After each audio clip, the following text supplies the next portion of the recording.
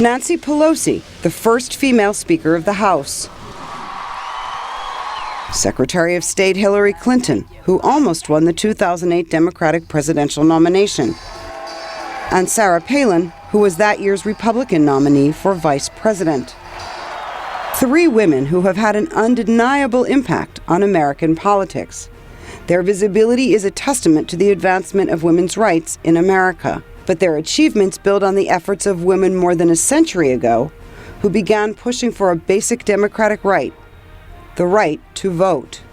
The movement started with a group of activists led by Lucretia Mott and Elizabeth Cady Stanton, who in 1848 publicly claimed that American women deserved equal rights with men under the law. Susan Scanlon is president of the Women's Research and Education Institute in Washington. The suffragettes are middle-aged, middle class to upper class wives and mothers, and they had gone to college, or they had certainly gone all the way through high school. They were in somewhat privileged positions, and they understood that without the access to the ballot box, that their lives were not in their own hands. The suffragist activism died down with the beginning of the Civil War, but the voting rights struggle re-emerged 50 years later with Alice Paul, a lawyer and major figure in the suffrage movement.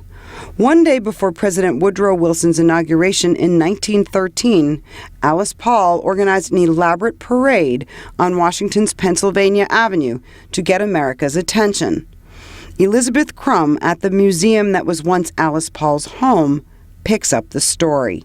No one had ever seen so many women mobilized on the street in various colors representing different groups: socialites, workers, educated women, women of color, some men groups, labor women. It was absolutely spectacular. And the women really presented their cause and their case for a federal amendment, as well as for state-by-state amendments, making sure that suffrage was everywhere. The suffragists got plenty of media attention, but little support.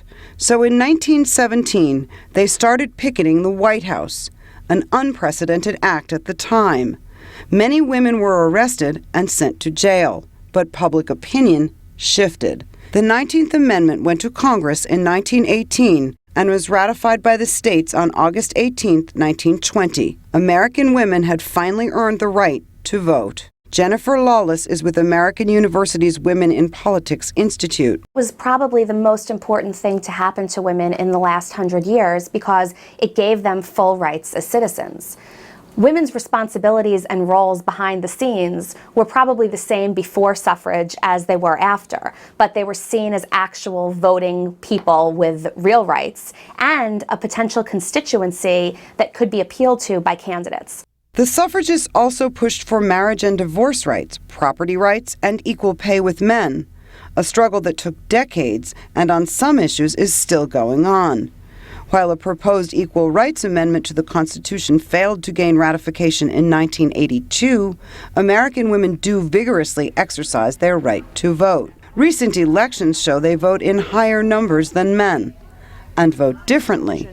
Again, Susan Scanlon. In the 2008 elections, 8 million more women voted than men in the presidential election. Women always tend to favor family issues, education issues, welfare issues, and men are much more aggressive in supporting international affairs, budgetary issues, and defense issues. 9 decades after American women gained the right to vote, there is still a lot of work to be done. Women represent only 17% of the memberships of both the Senate and the House of Representatives. But women like Nancy Pelosi, Hillary Clinton, and Sarah Palin are making their mark on American politics and sending a clear message.